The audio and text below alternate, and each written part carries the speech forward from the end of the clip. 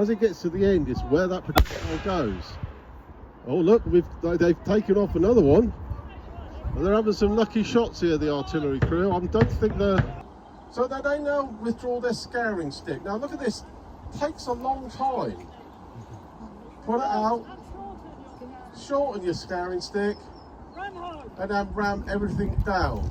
Making sure this is as tight as possible to get good combustion in the chamber to make the ball fly out better and faster. So they withdraw their fire stick. I need to reverse and shorten. I need to return it. Now they need to return the scouring stick. Yes, if they left it down the barrel, they could shoot it. It is a good arrow. But the disadvantage is if you shot that, you can't load the gun again. So now the gun is loaded. Now this is where our flintlock guy is just going to stand there looking pretty. So if they handle their match, which is a piece of cord, bed cord, if you need to know a little bit more about it, ask them afterwards what it's made of. You'll be quite surprised. So they blow on their coals just to make sure it's nice and hot. And they cut their match into what we call the serpent. It's a small little, like a snake head, making sure everything's all tight, ready to go. So they try it just once more, just to see if it's going into the pan correctly, because they might just have it at the sort of wrong angle. Guard and blow. And a final guard and blow. Face to your right about. So they're going to turn around.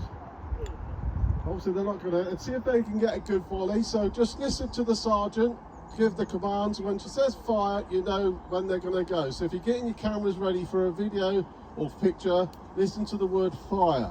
Set. Give. Fire. Yeah, we got one.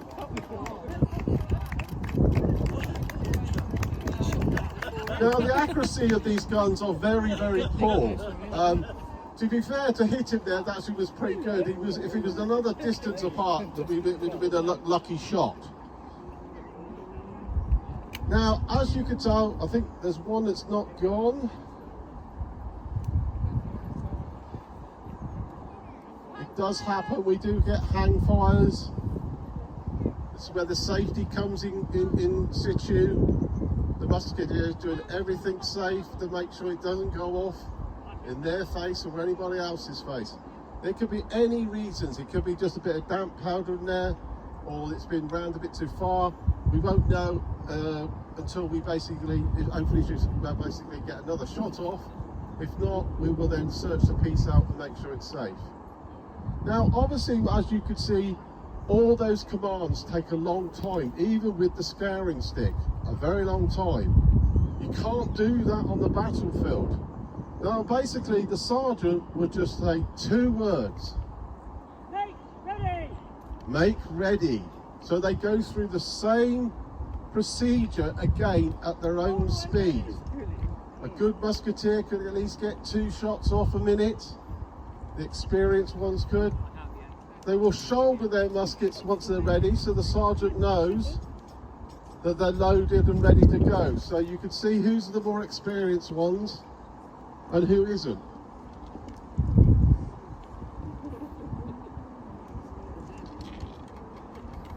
It's not a race, but I think sometimes they have a little go.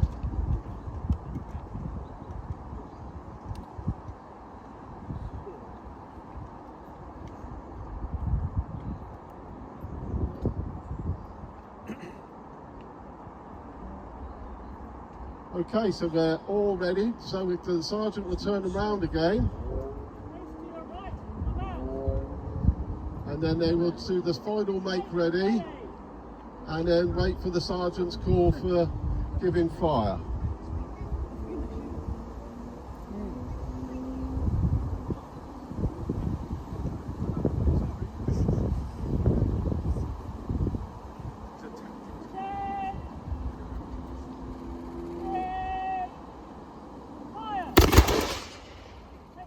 Yeah, good volley there. Give them a round of applause. So that's pretty good to get them all going at the same time.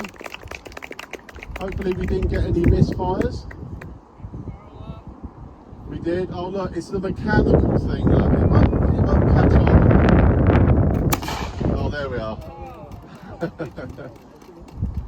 But obviously, when you go back to the camp, ask the difference about the muskets with the flintlock and the muskets with the matchlock, and you can see why the difference is. You don't want a piece of burning match around a lot of gunpowder, so you wouldn't use it. So obviously the sergeant's going to reform the division, and as they go, just give them a final round of applause saying, well done. I hope we get this done before any more rain comes. I don't think we'll be okay. So they're the musketeers there. Now, as you can see, they're all kitted up in a coat, breeches, hose and shoes, hats, the same as the pikemen. The only difference obviously with the pikemen is they've got armour on. Not all of them, but most of them have. So we're going to bring the pike in next. Now they're called the gentlemen of the pike. Now to train to use this pike would take weeks, and the sword, whereas a musketeer would only take days. That's why they were called the gentlemen of the pike. Now going towards the end of the wars, the musketeer was outdoing the pike 2 to 1. They're using an old weapon.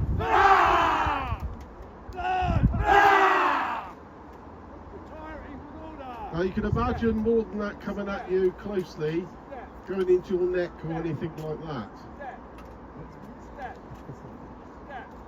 So we're going to go through some of the postures that they do as well, and I explain those ones as well. As you can see, whilst they're getting back in position, to the left there is our commanding officer, he's in the green, and obviously we've got the ensign with the standard there as well. And not forgetting the drummers in the middle. Now this is what we call trail your pike. They basically just put it behind them, and then he would just walk, march, just dragging it behind. They could probably do it up to about 18 miles a day, just in this position.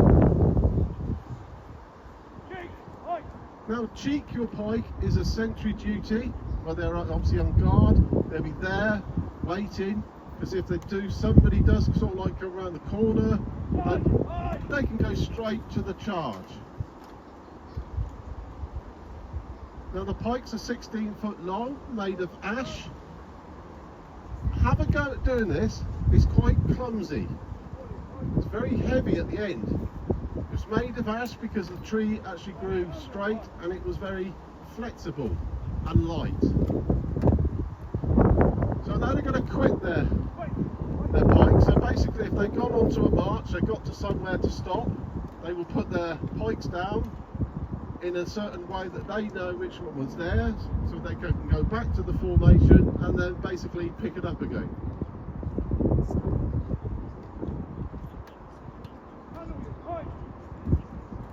So they're handled in the pikes.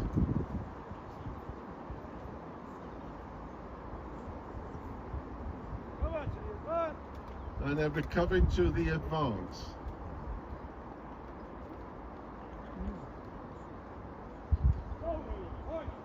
Now at the shoulder of the pike, as you could see when they were marching on, they were at the shoulder. Just another easy way of carrying the pike. Just find that balance point, and you can just march like that for hours as well.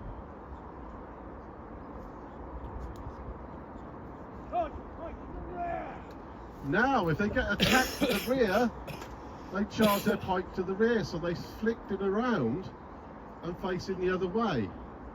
That's dirty tactics from the Parliamentarians. Come on, shoulder! Always behind you, my friend. No, you're always behind us. About 10 miles behind us. Yeah.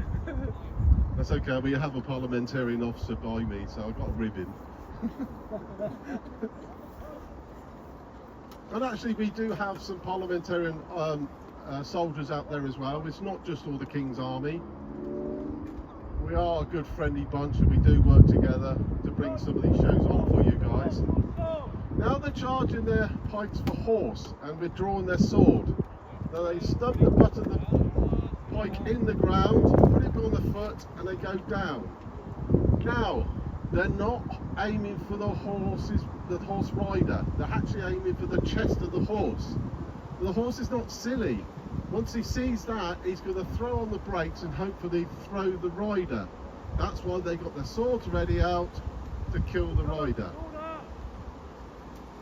Put them in that position for a long time, it does hurt.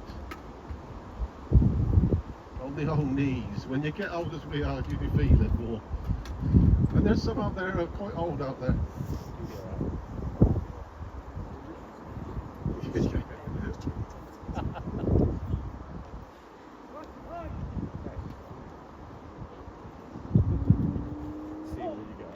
Okay, now they're doing porcupine, which is two things. A, for walking through archways of castles, or a salute to you, or the dignitaries to say thank you, which you will see at the end. They will do this, but that's what they're doing there. They're porting their pike.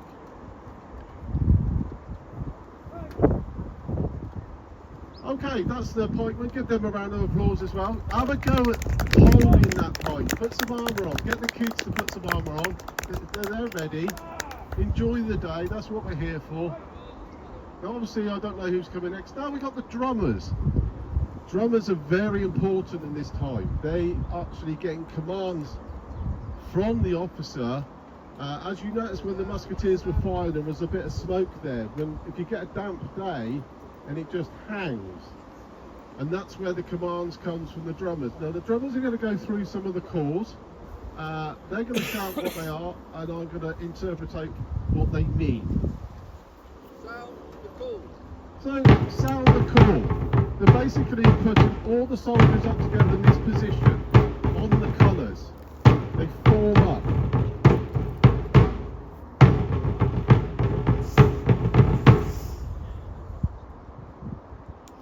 So that's the call, getting everybody ready in position to march off, or any other commands.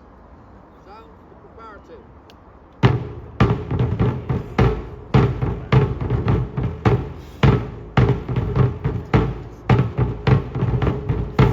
Now that's the preparative. That's basically, if they've been stood there for a while, they put their pikes down, that means, come on guys, something's going to happen, get prepared. Sound voluntary and march.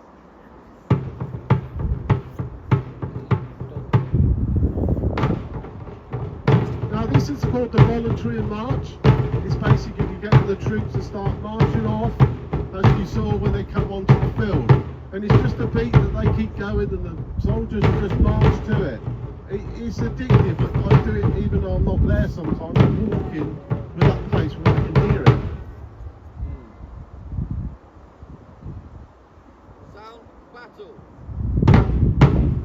Now this is the battle, very fast beats. This is where the officer is going to say, right, we're going in, we're going to attack at the pikes at the charge, muskets on club, which we may show you in a little bit, but that's what they call the battle. Now sometimes with the battle, things can go wrong. Sound the retreat. The retreat, they march backwards, they do not turn away from the enemy. They do, it's a slow beat, 1 foot at a time, going backwards, facing the enemy at all times.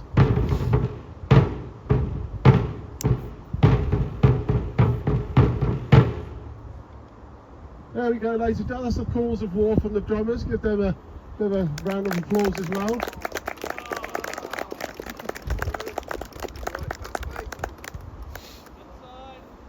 Now the drums are very authentic for the period. We've actually researched them. They are very light. Have a go at banging them as well. Get the kids, they can have a go. Now coming forward is the ensign. Now he's the guy who's carrying the colours, which he would die for to let them go. The troops around him will be protecting him at all times. Now what he's going to do is going to flourish the colours, and basically he's saying to the other opposition, come and have a go if you think you're hard enough. He's enticing them to come forward. Now the wind's not too bad today. I've done this in a very windy day, and it does end up very challenging on your head. There we go, there's the end song. That's pretty good, that. Well done.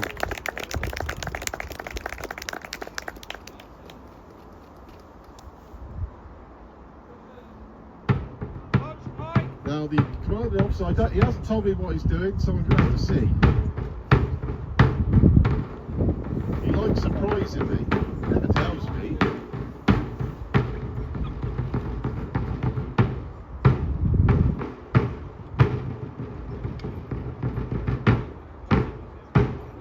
He's basically just marching his troops up and down, which I love. Probably not.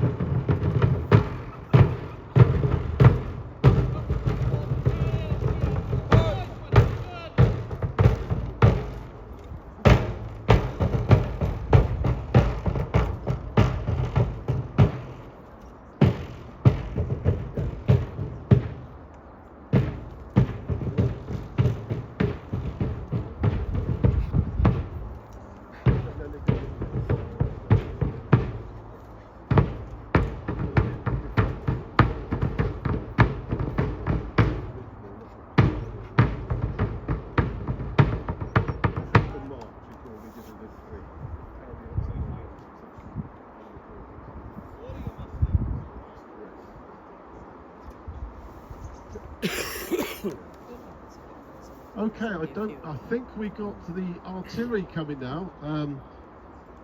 They may be having a go at the troops, and the troops may be trying to capture them. Now obviously the artillery over there, as you can see, is a 1 pounder Robinet gun. They will go through the loading procedures of what they do. I don't know if they're just doing the display or they're going to get attacked. We will just have to see. Obviously you can see the gun captain there. We have two, and obviously with the red sashes. One's in command, another one will be giving all the orders, and then the other captain there will be actually telling the instructors how to load the gun. So we will see what they're going to do. So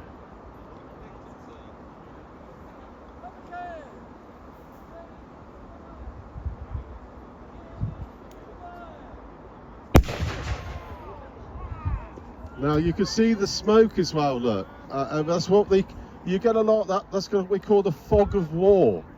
That's where you need the drummers.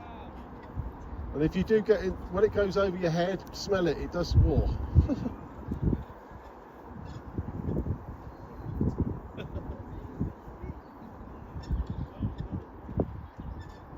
Now obviously once they've fired, they need to obviously clean the gun out. The first thing is that they need to use the worm. That's obviously trying to get some embers out of the gun so they can then fire again. It looks like, I said, they did get a lucky shot. They've taken one of the pikemen down. Now they need to put a wet sponge in, because if there's probably burning embers in there still, they do not want to set the thing off again. Then they would have to use a dry sponge to dry it off. Now it looks like the troops are firing by ranks maintaining ground. So what you'll find is that the front rank's firing and then going around to the back and reloading again.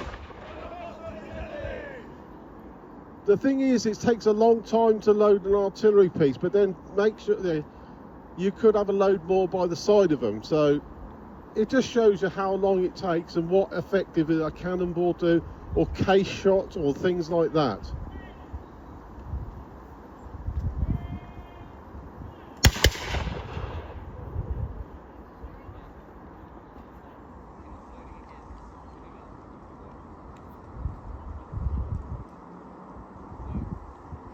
So I think the artillery crew are very nearly ready to fire again.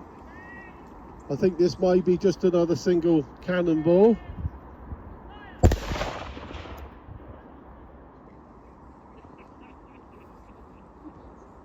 See, the thing is, of the distance that the musketeers are firing, actually, if you believe it or not, they would probably miss them from that distance. The accuracy of these guns are very poor. Have any of you done paintballing? If you ever do paintballing, you'll never get the same shot at the same time. The ball's rattling down the barrel, and as it gets to the end, it's where that projectile goes. Oh look, they've taken off another one, and they're having some lucky shots here, the artillery crew. I don't think they're gonna win this one, but you never know.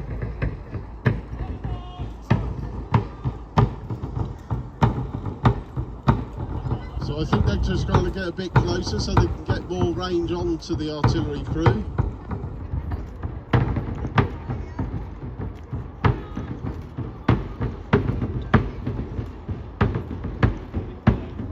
No, I think the artillery crew's had enough. I think they realise they're not going to win this one. But if you notice, the crew has run off with the tools. Can't fire that cannon without the tools, so they are clever. Now with the artillery crew as well, you'll notice some of them in green, they're mercenaries. So they would fight for whatever side was paying them the most at the time. There has been accounts that they would change sides halfway through a battle.